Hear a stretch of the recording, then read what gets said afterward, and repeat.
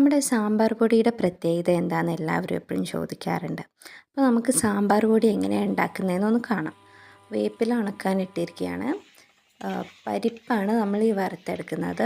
Law ഫ്ലെയിമിൽ വറുത്തെടുക്കണം, ഇല്ലെങ്കിൽ കരിഞ്ഞു പോകും. അതുപോലെ ഉലുവ, വേപ്പില, കായം, ഈ സംഭവങ്ങളെല്ലാം നമ്മൾ വറുത്തെടുക്കും. ലോ ഫ്ലെയിമിൽ വറുത്തെടുക്കണം. എന്നിട്ട് ഈ പരിപ്പ്, ഉലുവ, വെളുത്തുള്ളി ഉണക്കിയത്, വേപ്പില, കായം, ഇതെല്ലാം കൂടി മിക്സ് ചെയ്തിട്ട് നമ്മൾ പൾവറൈസറിലിടുകയാണ്. അപ്പോൾ നമുക്കൊരു പൊടി കിട്ടും. അത് പക്ഷേ അത്ര നൈസ് പൊടിയായിട്ടുണ്ടാവില്ല. അപ്പോൾ നമ്മൾ ഈ പൊടി തന്നെ ഒന്നുകൂടെ റിപ്പീറ്റ് ചെയ്തിട്ട് പൾവറൈസറിലിട്ട് പൊടിച്ചെടുക്കും. അപ്പോൾ നമുക്ക് കിട്ടുന്ന ഒരു നൈസായിട്ടുള്ള പൊടിയായിരിക്കും.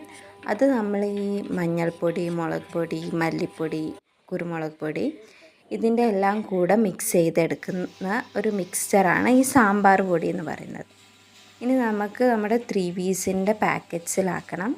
100 ഗ്രാമിൻ്റെ വളരെ സിമ്പിളായിട്ടുള്ള ഒരു പാക്കറ്റ്സാണ് നമ്മളിപ്പോൾ പ്രൊവൈഡ് ചെയ്യുന്നത്. 100 ഗ്രാമിൻ്റെ പാക്കറ്റ്സിലാക്കിയിട്ട് നമ്മൾ സീൽ ചെയ്തെടുക്കുകയാണ് ഇനി ചെയ്യുന്നത്. ഇപ്പോൾ നമ്മുടെ സാമ്പാർ പൊടിയുടെ പ്രത്യേകത എന്താണെന്ന് ചോദിച്ചല്ലോ. ഇത് തന്നെയാണ് പ്രത്യേകത. നമ്മൾ ആർട്ടിഫിഷ്യലായിട്ടോ കെമിക്കൽസായിട്ടോ ഒന്നും യൂസ് ചെയ്യുന്നില്ല.